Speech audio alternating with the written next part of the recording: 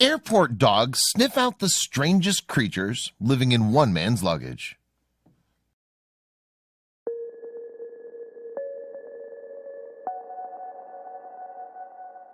But before we start, please make sure to subscribe to Did You Know and hit the bell so you never miss an upload from us. Also, leave a like right now. For most people, the airport isn't exactly a trip to Disneyland. But while a 30-minute delay is sure to put a damper on anyone's spirits, try having a police dog in your face as an officer cuffs your hands behind your back. That's exactly what happened for one Canadian man as he attempted to return home after a quick trip overseas. A reaction such as this might seem excessive, but after seeing the unusual cargo that was discovered inside his luggage and the immense threat that it posed, the officers had no choice but to act. With the advanced security measures used in airports today, bringing something on a plane without anyone noticing surely seems like a lost cause. Still, even with the odds stacked against him, that didn't stop Ippolit Bodounov from trying. Touching down at the Pearson International Airport in Toronto, the Ontario native appeared to be just another jet-lag passenger, relieved that his half-day flight from Russia was over. Yet, without a doubt, the only thing on his mind was the stowaways in his carry-on. As Bodounov disembarked from the plane, he could feel his heart beating in his chest. But why was he so worried? He'd already gotten his cargo past Russian security. How hard could smuggling it through one more checkpoint really be? Bodounov had every right to be cocky, but there was one thing he didn't consider as he approached the customs counter: dogs. The sight of the Border Patrol canines was not a welcome one, though maybe, just maybe, he thought they wouldn't catch the scent of what he was carrying. He shuffled up to the customs agent and reached for his papers. Then came a bark, then another, and another. He turned casually, hoping they'd caught wind of something else. Then, in an instant, the dogs were on him. The canines directed their barks at Bodounov's bag, and the observing Border Patrol agent quickly snatched it away. Opening the carry-on, the agents were puzzled. Inside, there was only another bag.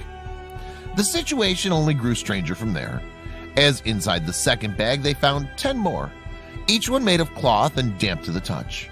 One whiff of the heavy perfumed pouches told the agents all they needed to know. Whatever was inside was not meant to be found. Taking the bags into the examination room, the agents assumed they'd contain the standard international contraband, drugs. But when they finally opened the small pouches, what they found inside instantly made them regret stopping Bodounov in the first place. Leeches. Thousands and thousands of them, all alive and squirming. Bodounov was immediately arrested, though the nature of his crime couldn't be confirmed just yet. While his method of transport had certainly been suspect, the agents weren't sure these leeches were illegally imported. They looked to experts for the answer, namely those at the Royal Ontario Museum and the American Museum of Natural History. Using state-of-the-art technology, the zoologist here could analyze the leech's stomach contents to determine what species they were and whether they were caught or bred. And in no time, Sebastian Kvist, curator of invertebrate zoology at the Royal Ontario Museum, could identify the creatures as Hirudo verbana, a kind of medicinal leech.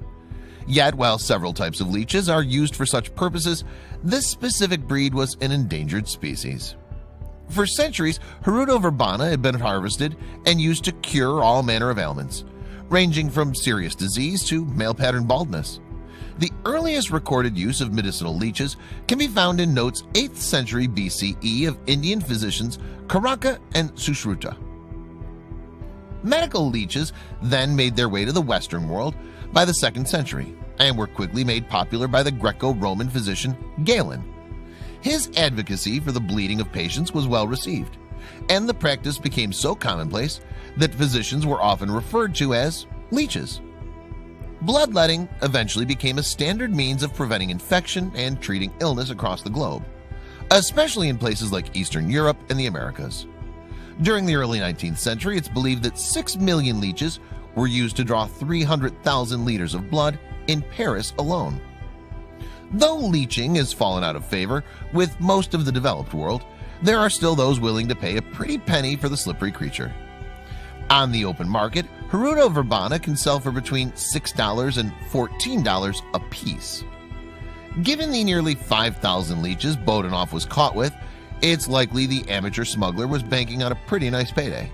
But after violating Canada's zero-tolerance policy on the sale of exploited animals, he quickly found his pockets much lighter. Bodounov was fined $15,000 for his crime, a quarter of what he could have sold his leeches for at top dollar.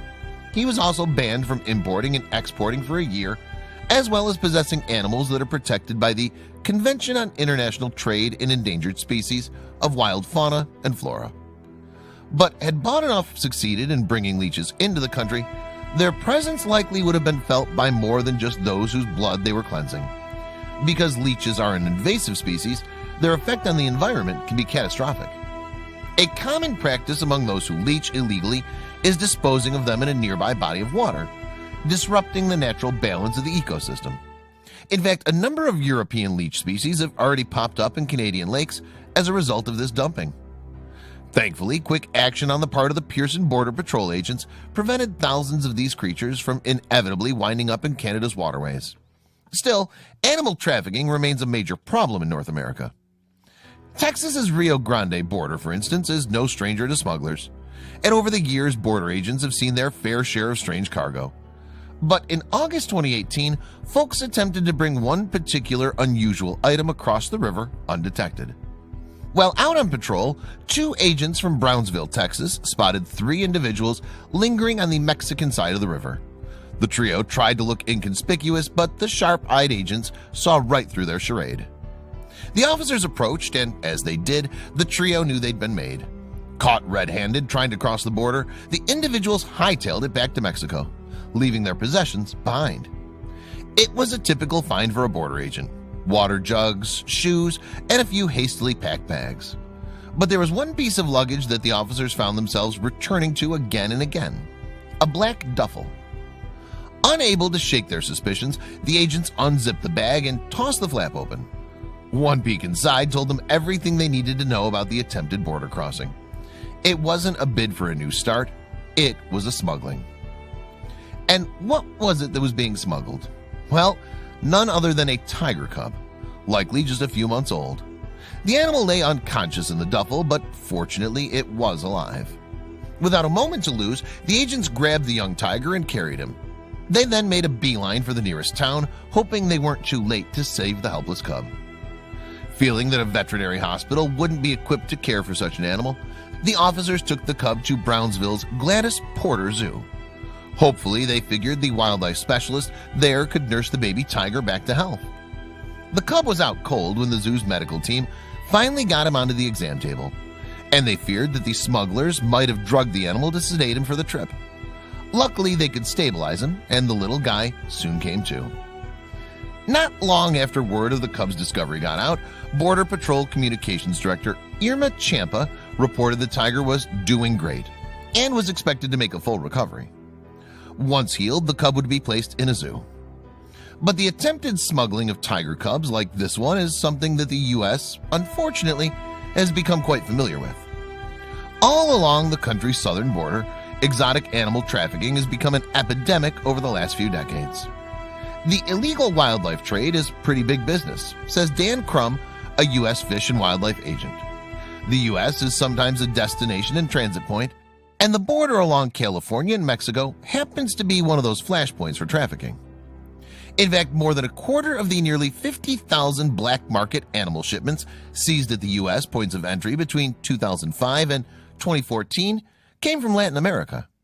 Most of these shipments were comprised of birds and reptiles, but big cats like lions and tigers were also discovered. Amazingly, the Brownsville recovery marked the first time in over 20 years that a live tiger had been discovered at this area of the border. Because tigers are relatively large, they're much more difficult to smuggle and worth that much more money to the buyer. It's also for this reason that tigers are smuggled primarily as cubs. Many wildlife experts believe that once a baby tiger has grown past a certain point, smugglers will simply dispose of them rather than bring them to the market. By 16 weeks, cubs are too big. They're crawling and scratching and biting, says Carol Baskin, founder of the Florida sanctuary Big Cat Rescue. But there's no longer legitimate secondary market for all those cubs that can't be used any longer. The fear is especially prominent in Asia, where large numbers of adult tigers are killed every year to satisfy the demands for their teeth, bones, and other parts. A highly illegal practice, these killings are primarily responsible for the Asian tiger's population's significant drop to just 3,500. Surprisingly, the U.S. currently boasts the world's largest tiger population at around 5,000, according to the World Wildlife Fund. However, the vast majority of these animals are born in captivity, not smuggled into the country. But for every handful of tigers in zoos and sanctuaries, there are plenty of big cats being kept in unsavory conditions by private owners. Some are even showcased in cruel roadside attractions, where tourists can pay to cuddle and take pictures with them. Thankfully, measures have been taken across the country to put an end to the exploitation of animals. Following a 2017 sting dubbed Operation Jungle Book, 200 animals were rescued from this kind of abuse, including lizards, songbirds, and even a king cobra. Yet, while countries around the world are making a conscious effort to stop the trafficking of exotic animals, a large number still slips through the cracks. Even in big cities like Paris, exotic creatures can sometimes go undetected for months, even years at a time. For instance, in late 2017, videos and images surfaced online of a 24-year-old man abusing a wild animal he was keeping as a pet. In response, a number of activists contacted law enforcement to see if this man and his pet could be located. An investigation soon began, with authorities using the man's post to pinpoint his location. After weeks of searching, they tracked the man to an apartment in the French suburb of Noisy-le-Sec. When firefighters arrived on the scene, they found the apartment deserted. However, when they further explored, they discovered a heartbreaking sight in the back room. There, huddled in a corner of a small cage, was a tiny lion cub. Judging by his size, this big cat was no older than 1 year. But the saddest part of it all was the poor shape they found him in. The cub was severely emaciated, and the many cuts and bruises on his body confirmed the reports that the little guy had been severely abused. Not too long after the bust, police officers managed to find and arrest the cub's owner, who had bought the animal simply to show it off online. But with the cub's abuser behind bars, what was next for the little lion? After hearing the cub's story, the animal rescue organizations Fondation 30 Millions d'Amis and Refuge de l'Arche decided to take them into their care. With their help, the little lion was transferred to Nature Help Centrum in Belgium, a rescue center known for rescuing and rehabilitating big cats. As the cub began to acclimate to this new environment, animal rescuers gave him a strong name to fit his story of strength: King. And boy, did he grow to fit his name. But as King began to outgrow his surroundings, it became time to seek out a permanent home for the young lion. And so, the animal welfare organization Born Free started a campaign to move King to his ancestral home, Africa. According to Born Free, their plan was to move King to their big cat rescue center at the Shamwari Private Game Reserve in the Eastern Cape of South Africa. Here, King could frolic and play alongside other lions and lionesses that had been rescued. Once they'd raised enough money to fund their mission, Born Free placed the now fully grown King in a cage 10 times the size of the one he was first found in. It would be the last cage he'd ever be put in. On July 5, 2018, King took his first ever plane ride to the London Heathrow Airport under the care of Born Free's expert team. Poor King was so nervous during the flight. After transferring onto another flight, which is no easy task for a human, let alone a 1,000-pound lion, King was finally on his way to his homeland. One short plane ride later, and King had arrived in Port Elizabeth, South Africa. The final leg of the trip was completed by truck, with King's large cage being pulled behind it. Though the plane rides had put a strain on poor King, it would all be worth it in just a few hours. Finally, after traveling a total of 6,000 miles from Belgium to Africa, King arrived at his new home at the Shamwari Reserve. The Born Free team was nervous at first about how King would react to his new surroundings.